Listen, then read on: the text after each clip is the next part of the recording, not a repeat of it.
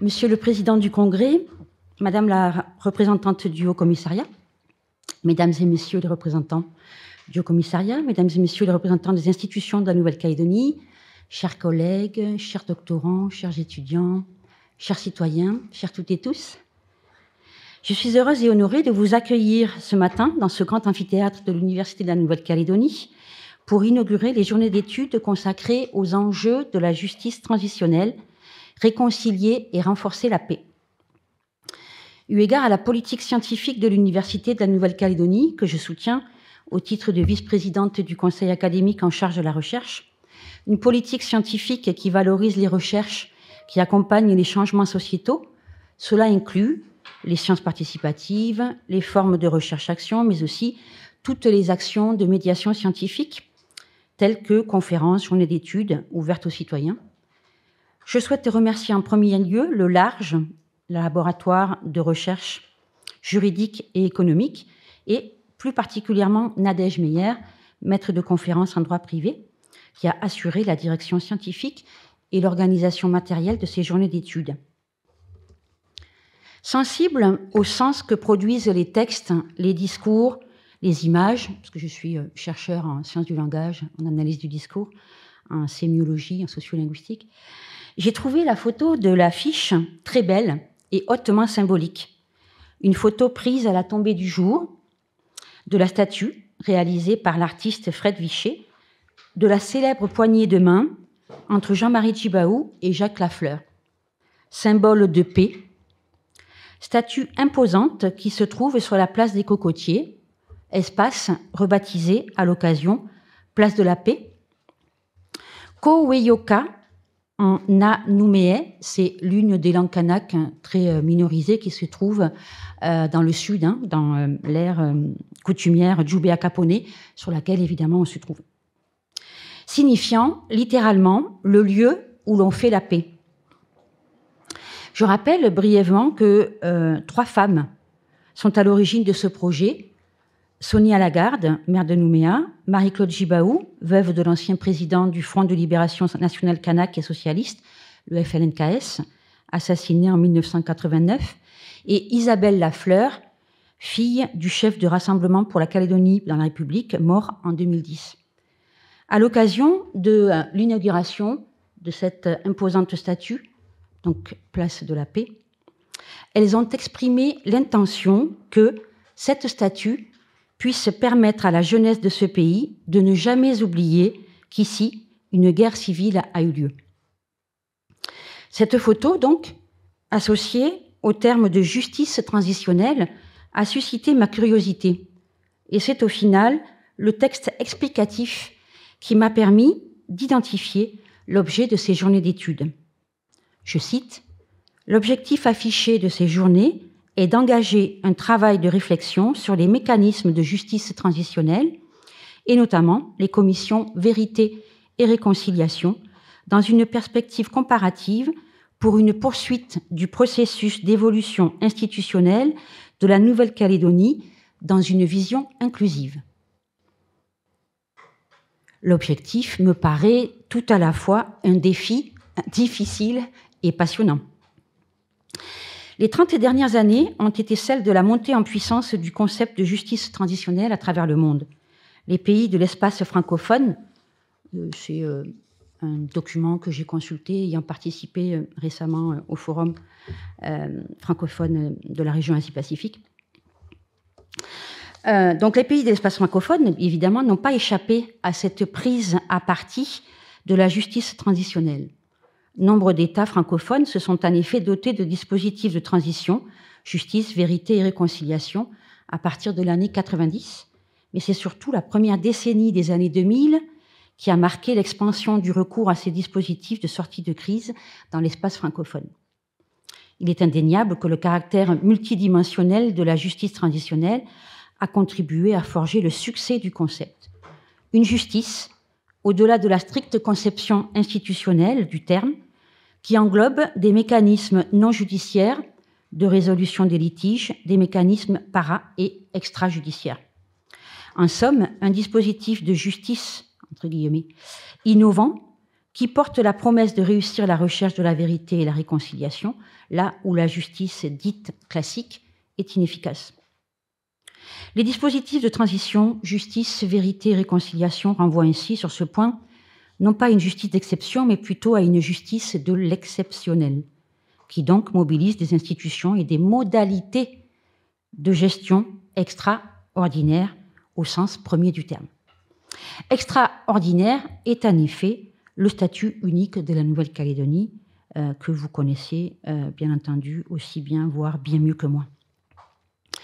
Je perçois, sans connaissance suffisante sur la justice transitionnelle, la complexité des situations, que pour être pertinente, entre guillemets, et efficiente, la justice transitionnelle doit être poursuivie comme un processus continu et évolutif qui s'adapte au développement du contexte sur le terrain. Mais elle doit le faire en abordant ces développements dans leur contexte historique.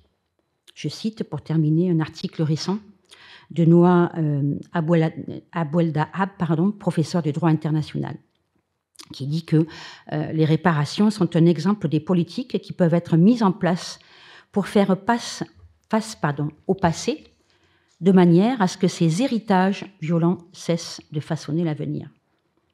Au final, ces journées d'études me paraissent comme hautement symboliques, car elles sont susceptibles d'engager des réflexions nouvelles ou renouvelées sur les enjeux de la négociation pour la Nouvelle-Calédonie, pour reprendre le titre de la table ronde de cet après-midi, et pourquoi pas un programme de recherche interdisciplinaire entre droit et sciences humaines et sociales, tant les termes clés ici d'histoire et de mémoire, éminemment polysémiques, méritent d'être discutés pour la situation contemporaine calédonienne.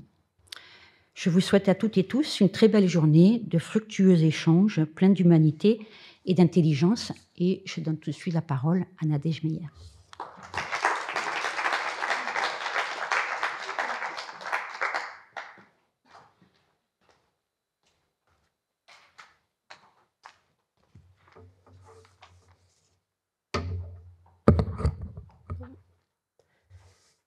Monsieur le Président du Congrès de la Nouvelle-Calédonie, Madame la Secrétaire générale adjointe du Haut-Commissariat, Mesdames et Messieurs les représentants des institutions de la Nouvelle-Calédonie, Mesdames et Messieurs les représentants de l'État, Madame la vice-présidente de l'Université de la Nouvelle-Calédonie en charge de la recherche, chers collègues, chères doctorantes et chers doctorants, chères étudiantes et chers étudiants, chers collègues, je crois que je l'ai dit à force, mesdames et messieurs.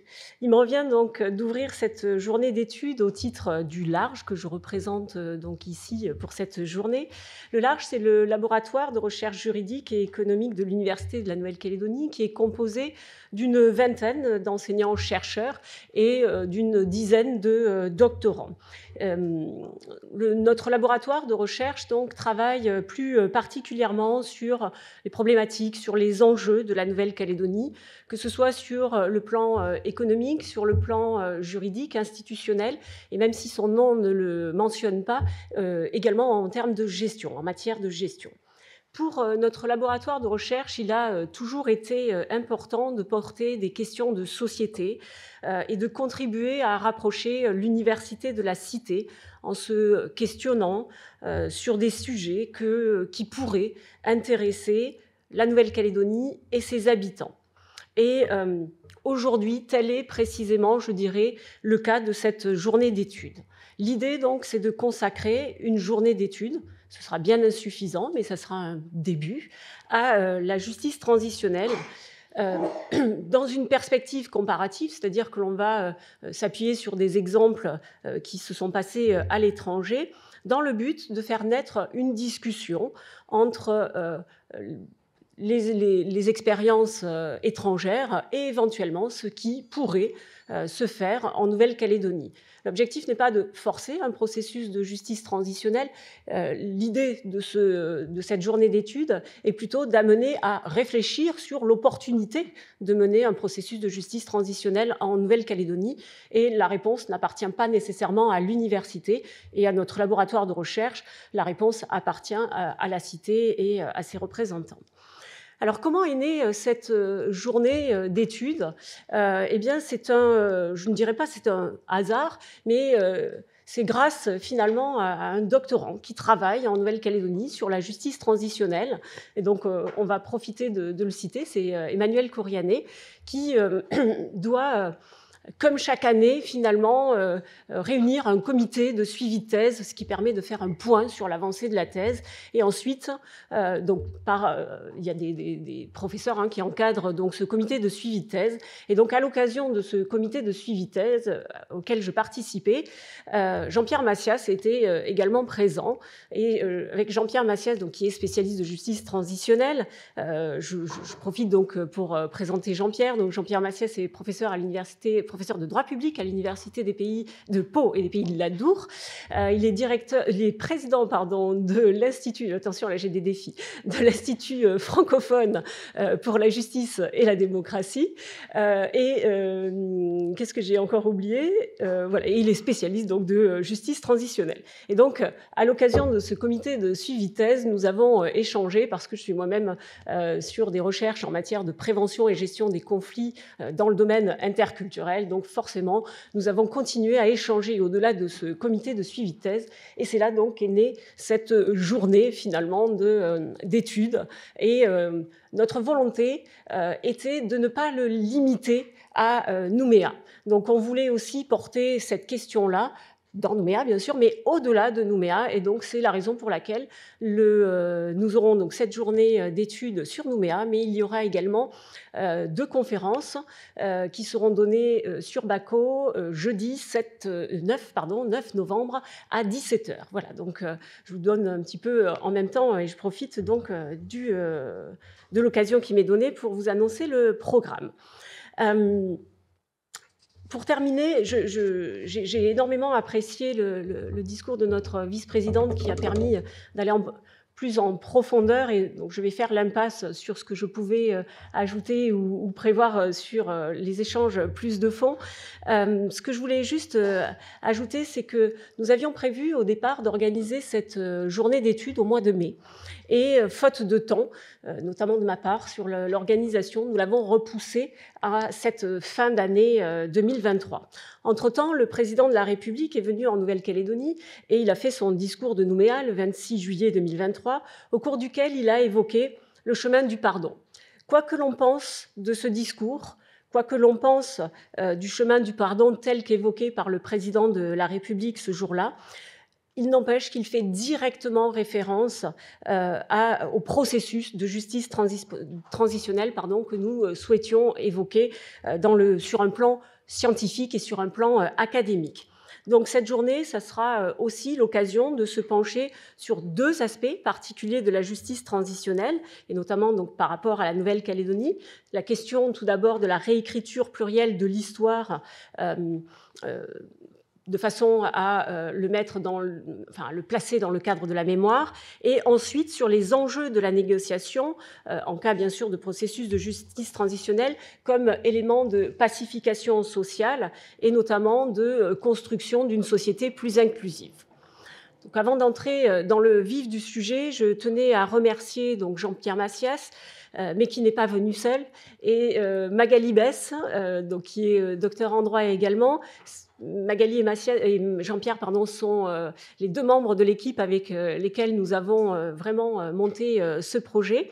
Et je remercie également Fabrice Sourqueby, qui est donc professeur à l'université en droit public à l'université de Bordeaux, qui est également il est président adjoint, c'est ça, président de l'IFJD, je vais y arriver, et également donc directeur d'un centre de recherche. Là aussi, j'ai un grand défi, centre d'études et de recherche comparative sur les constitutions, les libertés et l'État. C'est ça ? Parfait, j'y suis arrivée. Donc qui s'est joint à notre équipe ce sont tous les 3 des spécialistes de justice transitionnelle, et donc j'en profite pour les remercier. Cette journée d'études est organisée par le large, mais elle est aussi et surtout organisée en partenariat avec l'IFJD. Et si nous n'avions pas eu ce partenariat, cette journée n'aurait pas eu lieu. Donc, je souhaite vraiment aller remercier sincèrement.